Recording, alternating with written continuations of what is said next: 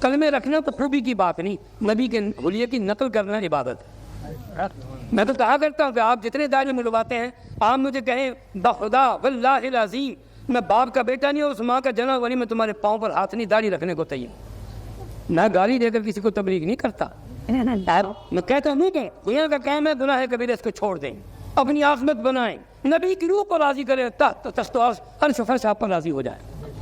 میں گالی دے کر داڑھی والوں کو خوش نہیں کرتا، نہ آپ کو برا کہتا ہوں، کہ نہیں کر کے تو گناہ ہے، میں نہ ڈاؤں، میرا بھائی نہیں ڈائے، میری اولاد کرے، میرا رشتہ دار کرے، کوئی کرے، گناہ تھا، گناہ ہے، گناہ رہے گا۔ جو اس کو اچھا کہے گا مولوی نہیں کو بے ایمان، سمجھے؟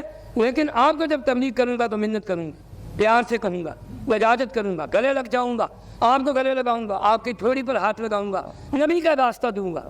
اپنی داڑھی اگر آپ کہیں گے تو ہم ایک شرط پر رکھتے ہیں کہ تو بڑا عقل خاں پھنے خواہ، ہمارے پاؤں پر داڑھی رکھ دے، خدا کی قسم محمد کی داڑھی کی خاطر آپ کے پاؤں پر داڑھی رکھنے کو بھی تیار ہے۔ کیا ہو جائے گا اگر ایک مسلمان میرے داڑھی رکھنے سے نبی کا حلیہ بنا لے؟ میری داڑھی کی عزت کتنی ہو جائے گی، آپ کو اندازہ نہیں، فرشتے مبارکباد دیں گے۔ میں ایسا نہیں، لیکن گناہ کا نام تو گناہ کے انداز سے لیا جائے گا نا۔ آپ نے نہیں رکھی، اللہ آپ کو توفیق دے، آپ رکھے۔ جن کی چھوٹی ہے وہ پوری کرے، وہ شریعت میں داڑھی نہیں، شریعت میں مٹھی بھر داڑھی ہے، اس سے کم داڑھی نہیں۔ وہ دعا خدا چاہے کرے، خدا غلط کرے، وہ ملائیاں کھائیں، صوفیہ کھائیں، مندئی سنیں، باتی داڑھی چھوٹی ہے، داڑھی پوری مٹھی کے بعد رکھنی ضروری نہیں۔ 99% صحابہ کی داڑھی مٹھی برابر تھی۔ علی مرتضیٰ کی بڑی تھی، ملنگ بھونکتا ہے، مجتہد بکواس کرتا ہے، رنجن کا ذاکر جھوٹ بولتا ہے۔